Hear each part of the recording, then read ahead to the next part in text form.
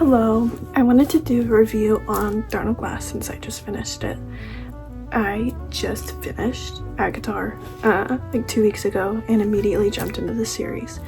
So I wanted to do a YAP and review because I love yapping about my books. Just a fair warning, this video will have spoilers because it's talking about the whole first book of this series. If you don't want spoilers to this book, please don't watch because I don't want to be responsible for that.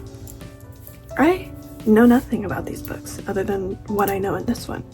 No idea. The only thing I do know, I'm not gonna say it, but I know a little bit about the main character, which is Selena. I know a little bit about her past, and that's only because I had seen TikToks of it and didn't even know what the spoilers were about. I did decide to read this one first in the series instead of doing Assassin's Blade. I had made a TikTok asking what I should do, and a lot of people recommended doing Assassin's Blade 3rd, so I wanted all of the emotions. I wanted all of the, mental damage that comes with reading it 3rd, so that was my decision in doing it. At the end of the day, if you're wondering how you should read it, however you think you're going to enjoy it the best is all that matters. So going from Akatar straight into the series was kind of like culture shock. Like I knew they were similar in their own ways. I think I probably should have done like a palette cleanser with a separate book before going into these because I was still trying to connect the characters from Akatar to Throne of Glass, which they have nothing to do with it. I was confused on where it was taking place other than the map because it has a map in it, which helped a lot. I actually think I understood this one more than Akatar. All the places, and it seemed like so much. It seemed like so much, and it was so intimidating at first because I'm like, I have no idea where this is taking place. Another thing that really got me was the pronunciations of the characters and the places. I had to look up a few guides on Pinterest and Google.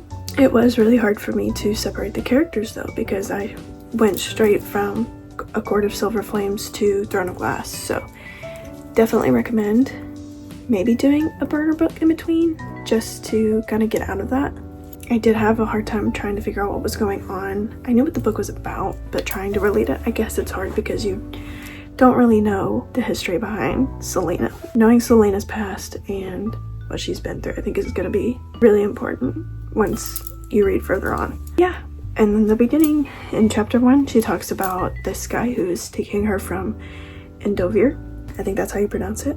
And if I'm wrong, then I just proved my point further of not knowing how to pronounce stuff. When she's being taken from Endovir by Kale, I kind of knew he would change. I kind of knew he would be like important just because of that's like always how it happens. I love Selena's humor and banter with the other characters, especially with Kale, because when they're walking, she's not silent. She's like asking him questions. She's kind of giving him a hard time. Why not? I, so far in the first few chapters, really loved the characters. I loved Kale. I knew he would change from being the cold, hard character of just doing his duty to ending up like one of my favorite characters. I even got to a point like when she meets Dorian, which Dorian's kind of a hard thing for me. I want to like him. Not my opinion after I finished. He just seemed like the prince's son, and I think that's what set me off with him, was the fact that he was the prince. Selena's point of view, he's talking, he's bantering with these girls, but I was really thankful that at the end of the book it ended up being she was the only one he had eyes for. But we'll get into that here in a little bit. I really can't choose between the two now. I loved both of them in their own ways, but I personally may be leaning towards Kale's side. And I'm terrified. I'm really scared for that.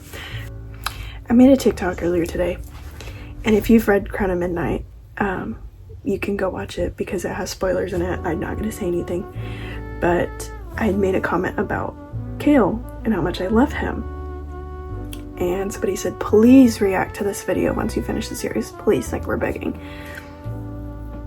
That's terrifying. That's so scary to hear because I don't know what's going to happen now. Between the two, Dorian and Cole, see, that's what I'm talking about. I used to call him Cole. And I asked my boyfriend, I said, how do you pronounce this name? And he goes, Kale. Mind you, he's never read these books. He's never going to. I've tried. He's never gonna do it. I'm like, am I just stupid? Am I stupid? He was like, no, it's Kale. It's Kale. I think it's all just gonna be Cole from now on. I do love both. That being said, the interactions between Selena and Dorian and Cole. I need to go. Kale. I loved that she's strong, that she's witty. She has a sense of humor. She kind of reminds me of me because I will annoy the hell out of you just because I think it's fun and I know gets on people's nerves. So I love that she loves to get into people's business and kind of push her limits. I sense a love triangle between the three. And I feel like that's kind of obvious to say, especially now that I've finished it, because there's talks of like Dorian being jealous of Kale and kind of suspicious that Selena is more after him, even though they kissed and made out, you know. Girl, go after the captain. Go after the captain. I feel like Kale is the nice guy that's always overlooked. Kind of like one of those nice guys never win kind of things. I am rooting for Cole so heavily right now. And I feel like that's not going to end well for me. Other than that, going back to the story and the plot and the place, I had a really hard time sometimes, especially in the beginning, imagining it. I have a feeling that it's mainly because with ACOTAR, I kind of had an idea what was going on, but I feel like I had no issues with imagining the places and the scenarios and picturing what was going on. I feel like the only thing that I could really imagine up until like the middle part of the book, when I had no issue with it, was like picturing Selena's room for some reason. I feel like I had no problem with imagining that. In the beginning, when she ends up in Rifthold, when she's describing the city and the palace, I could not get it in my head for some reason. And it drives me nuts. It drives me nuts. I was still relating it back to ACOTAR and trying to envision ACOTAR, even though it had nothing to do with it. Going back to some characters, Kaltain Rompier. That's all I'm gonna say. Nothing irks me more than a pick-me girl. I tried to have hope. I tried to hold out hope for her. I truly did. Everybody deserves the chance, but knowing her motives and what her goal was, I was just like, no, you don't get a chance. You don't get a second thought. And I'm not gonna lie, I feel a little bad for her. Parrington set her up to be thrown away in a dungeon, because how are you going to say that these are your plans, set her up for that, and then not even take the blame for setting her up like that? So I guess screw you, dude, too. I don't know. I want to talk about Nehemia. I really struggled with Nehemia. I really did. I feel like I really liked her at first. And then I started getting really suspicious of her because of the stuff that was happening in the castle, the champions being killed. How are you gonna be, best friends and nothing happened? I guess that's my real life experiences speaking for me. What really confused me was that when Selena is going through and figuring all of this out, she starts to blame Nehemia. And she's like, oh, she's gonna do something at this ball, like I have to go. And then nothing happens. And then she's like, oh, I guess it wasn't Nehemia. It could still be. It could still be her. That's why I was so confused, because I'm like, you're giving up on this theory really fast when you were so freaked out about it. I don't want to say I wish that was a bigger deal, because obviously not. I like Nehemia. But I wish it had been, instead of jumping from one theory to the next without even looking into the last one, oh, she left early, so nothing's wrong. I was like, no, follow her. Please follow her. Something's gonna happen. I do like Nehemia. I think it's just really sketchy at first. I feel like something could happen, but I really did like the romance between her and Dorian. I think that was a good touch to the story. I really did like Dorian. I think he kind of proved himself, at least within the first book, of, he's not just the basic crown prince. He really did love her. He really did like her. Only had eyes for her, but I think Selena was only right in cutting him off when she did, because realistically, how could you marry someone who's to be king and still have your freedom, which this is the whole point of why she was doing all this. So one thing that I feel like would make this whole story a little easier to understand is her background. She talks a lot about Sam, which is her past lover, we find out, and she was working at an assassin's academy. I wish we knew a little more about that, and I know we find out in Assassin's Blade. So it really just comes down to what order you read the series in, whether you put Assassin's Blade first or Throne of Glass. So that just may be my experience because I chose to read it third. Other than that, I mean, I feel like that's kind of depends on how you read it. Another character, and I know this is a universal experience because he's supposed to be this way, but Cain really grossed me out. Why are you acting like that? Before I get into my predictions of what's going to happen in this series, going back to the love triangle between Chaol, Dorian, and Celaena, the moment it switched for me with Chaol was when he killed Cain for her. He's captain of the guard, that's his job. I mean, he was protecting her, but that was the moment it switched for me that I was like, And I totally understand the end where Dorian's kind of picking up that she had been poisoned. He can't say anything because if he did and it was canceled, then she would be disqualified and wouldn't win anyway. However, that's all I have to say. What gets me even more than that is him reaching for her while she's on the ground at the edge of the ring. Like, him saying, "Get up. Get up.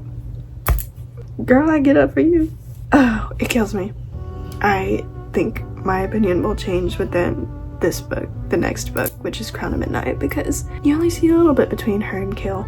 The fact that he took it so hard that he had to kill Cain makes me love his character more, honestly.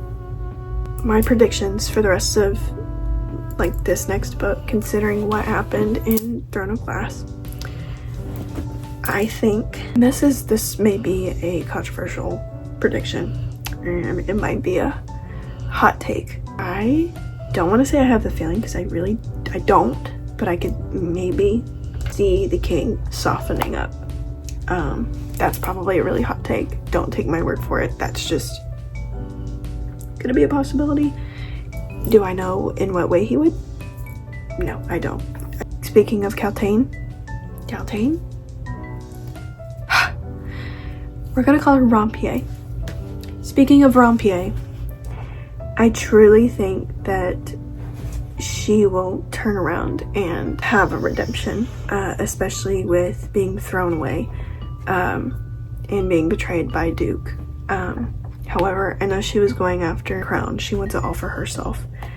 I do think that at some point she's going to end up helping Celaena in one way or the other. So this one is also, I don't really know how true this one will hold up. I'm like not even really sure of it myself. Part of me feels like Dorian is just gonna kind of fall off. Some of y'all who have already read it are probably laughing at me really hard because y'all know what happens and I don't. Since Celaena has cut him off, ended things with him, either he's gonna stop being so relevant, she's gonna end up with Cole. Oh my god, I need to stop doing that. If she ends up with Chaol and falling in love with him, Dorian's gonna lose his mind. Because he was so mad at one point about some exchanged looks.